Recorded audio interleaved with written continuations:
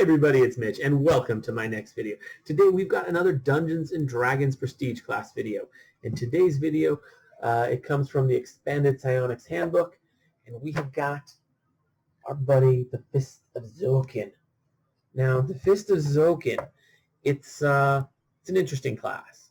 So basically what we're going to talk about in this video is we're going to talk about what is the Fist of Zokin. We're going to talk about how to get into this class. For a prestige class. We're going to talk about what does this prestige class get, and then we're going to talk about how good is it and how to make a build with it. So let's jump right into that. First off, what is the Fist of Zokin? The Fist of Zokin is, well, it's a prestige class that is basically a psionic monk.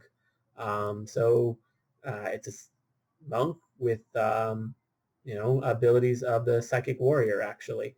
So, yeah, that's basically what it is.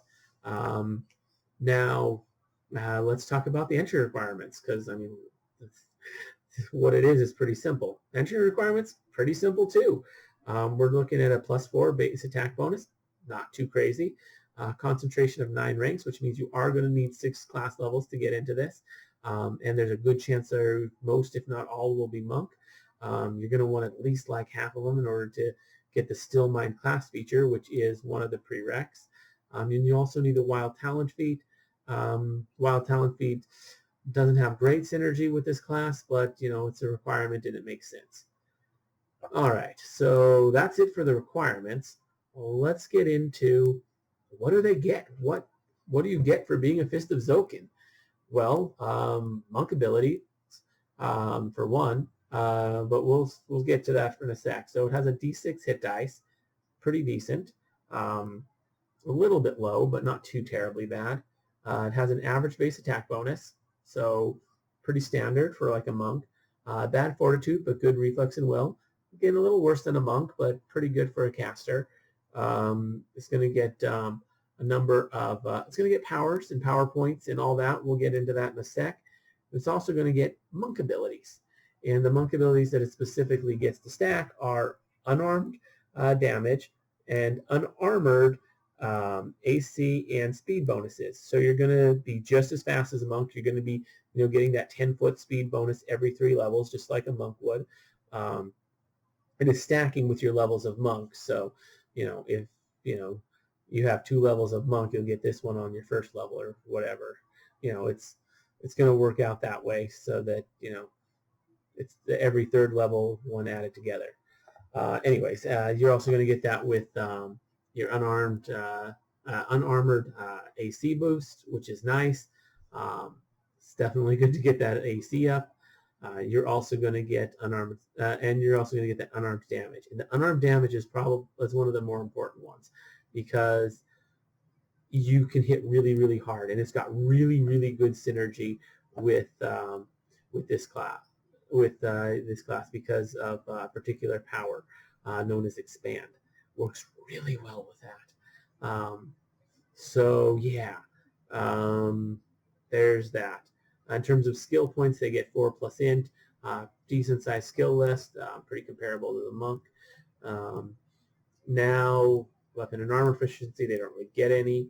Now let's look at powers known. So their powers known, they're going to get 1 new power every single level, and they're going to gain 1 level higher off the Psychic Warrior list every odd level. So at 1st level, they'll gain 1st level powers. At 3rd level, they'll gain 2nd level powers. At 5th level, they'll gain 3rd level powers, and so on and so forth.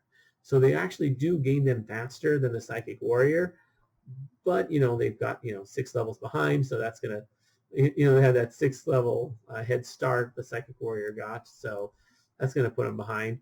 And on top of that, they don't ever actually catch up because there's only 10 levels here, so we're looking at they're only going to be able to ever get 5th level powers. They'll never actually get 6th level.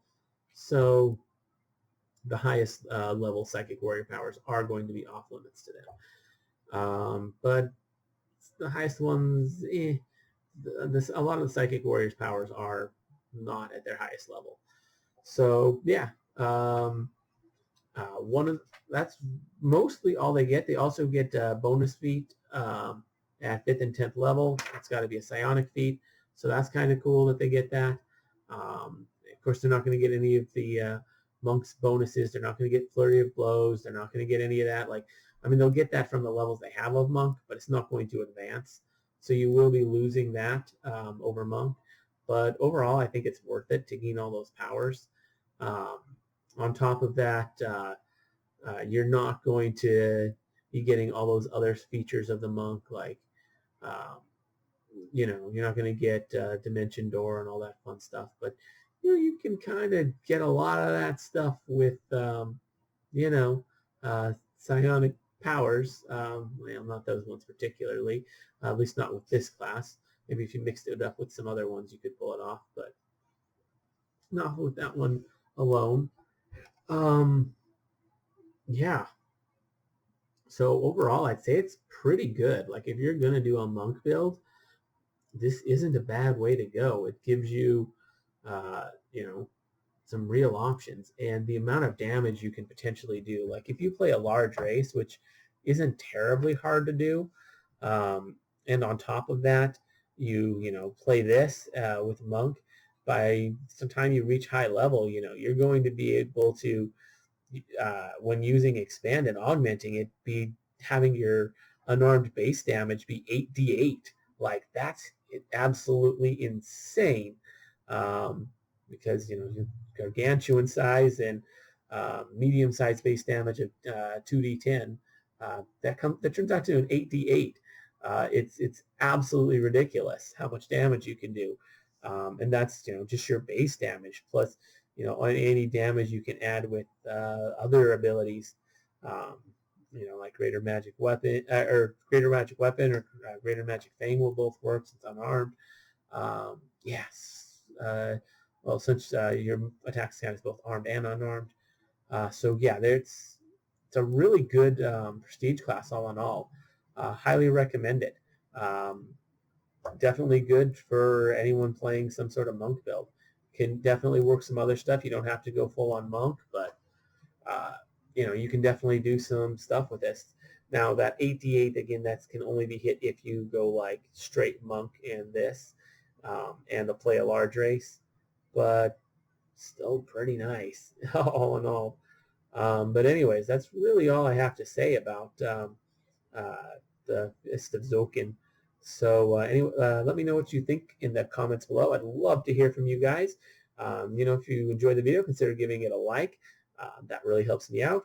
Also consider subscribing to the channel, because, you know, we're doing every single prestige class as well as class and race. So, you know, you don't want to miss that, so check it out. And if you really don't want to miss it, ring the bell, because YouTube is terrible about giving notifications.